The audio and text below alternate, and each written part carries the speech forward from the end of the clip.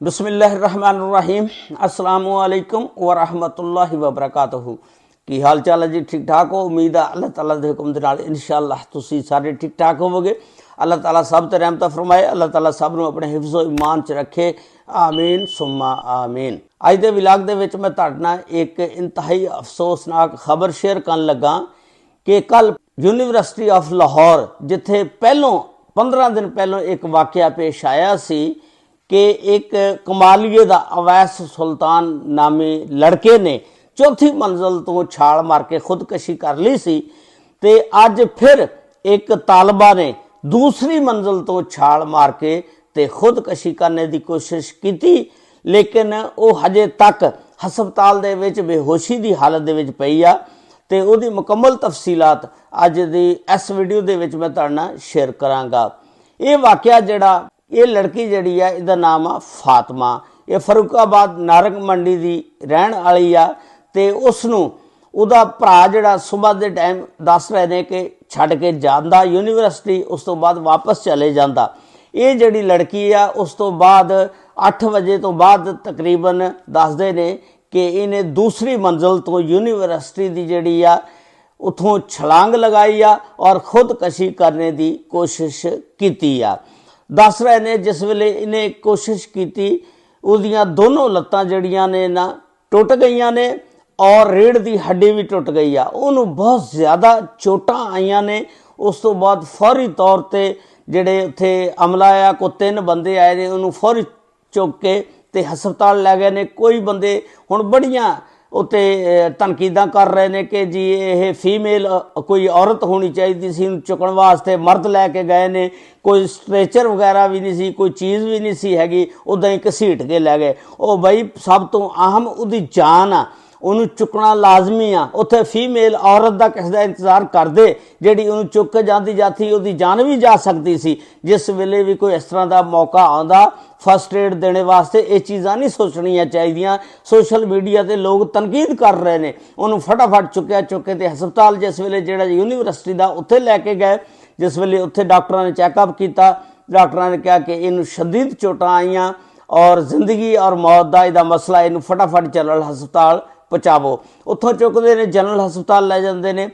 General हस्पताल जाते हैं जिस वेले डॉक्टर देखते हैं शदीद उन्होंने चोटां लगियां और जिंदगी और मौत की कशमकश दे विच आ ते फौरी डॉक्टर उहदा इलाज मुआलजा शुरू करते हैं और उस तो बाद एक 6 रुकनी डॉक्टरां की टीम बनाई जाती है जिहड़ी उहदा इलाज मुआलजा कर रही आ, उहदा मुआयना कर रही आ। मैडिकल रिपोर्ट के मुताबिक उहदियां जिहड़ियां लत्तां वगैरह ने वो टुट गई ने, रीढ़ की हड्डी जिहड़ी आ वो टुट गई ते उस तो इलावा पसलियां वगैरह नूं भी नुकसान बहुत ज़्यादा पहुँचा। हजे तक वो फातिमा जिहड़ी आ बेहोश पई आ, उन्होंने कोई होश नहीं आया। जदों वो होश आएगी फिर जिहड़ी आ पुलिस दस रही है कि तहकीकात दा असीं आगाज़ करांगे, क्योंकि उहदा वीडियो बयान जब तक उहदा बयान ना लिया गया अगे तहकीकात जिहड़ियां ने वध नहीं सकदियां। उहदा मोबाइल जिहड़ा पुलिस दस रही है कि असीं कब्जे दे विच लै लिया, लेकिन उहदे मोबाइल नूं लाक लगा होया।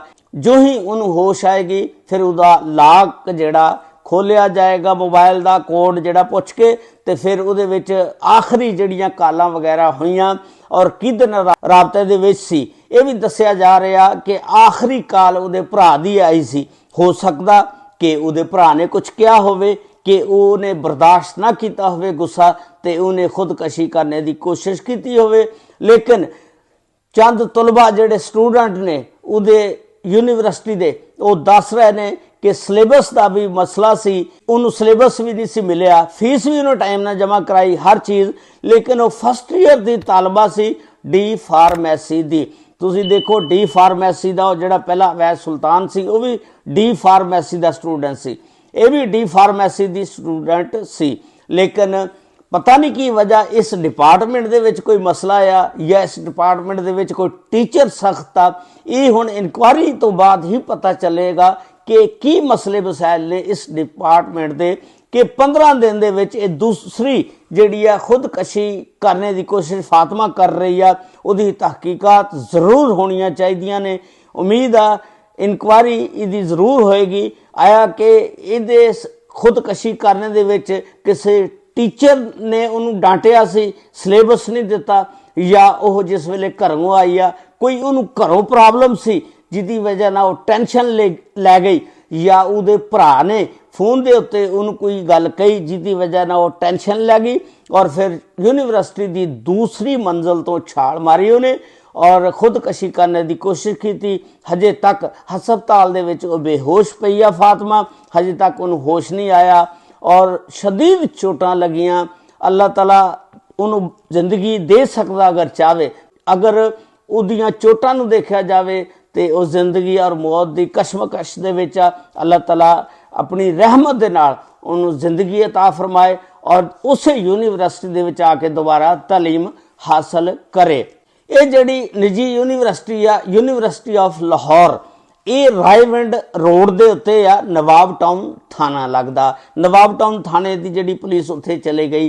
फिर फैसल कामरान साहब DIG जिहड़े ने वो दस रहे ने कि जदों पहला वाकया होया सी, जिहड़ा वैस सुल्तान वाला वाकया सी, जिहड़ा कमालीए दा रहने वाला सी, उदों असी इस यूनीवर्सिटी की इंतजामिया नूं कहा सी कि इत्थे जंगले वगैरह करो और दीवारां वगैरह नूं भी एहतियात करो और सिक्योरिटी भी उत्थे लावो ताकि कोई दूसरा स्टूडेंट खुदकशी ना कर सके। इंतजामिया ने किसी किस्म का कोई भी काम नहीं किया, ना कोई जंगला वगैरह लाया।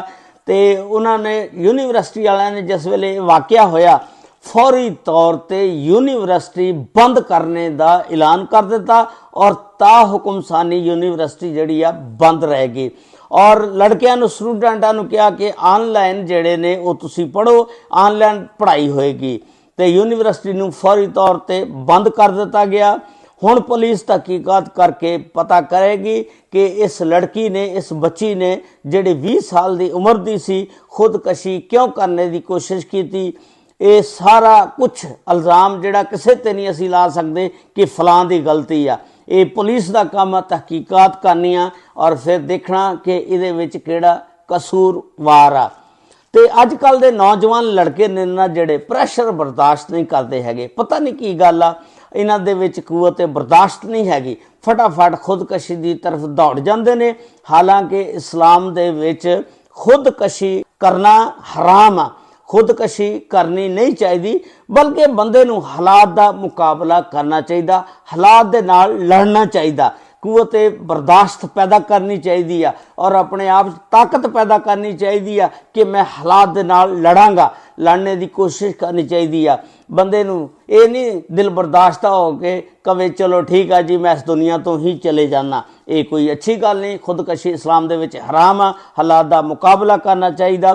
साडे दौर दे विच जदों असीं पढ़दे हुंदे सी, असीं सर्दियां नूं सुबह दे टाइम जाना, यकीन करो मास्टर हुंदे सी साडे आ फुल्लां ते जिहड़ियां उंगलियां दियां फुल्लां ना इन्हां दे उत्ते सोटियां मारदे हुंदे सी ते और सुबह दे टाइम जदों ठरियां होणियां सोटियां वजणियां, यकीन करो बड़ी सट लगदी हुंदी सी।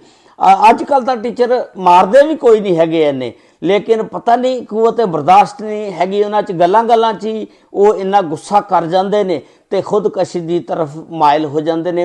ये इस्लाम दे विच हराम आ। अल्लाह ताला हर एक नूं अपने हिफ्ज़ो मान च रखे, अल्लाह ताला सब ते रहमत फरमाए। इसी अज दा बहुत ही दुखिया किस्म का वाक़या जिहड़ा तुहाडे नाल शेयर कीता। अस्सलामु अलैकुम व रहमतुल्लाहि व बरकातुहू।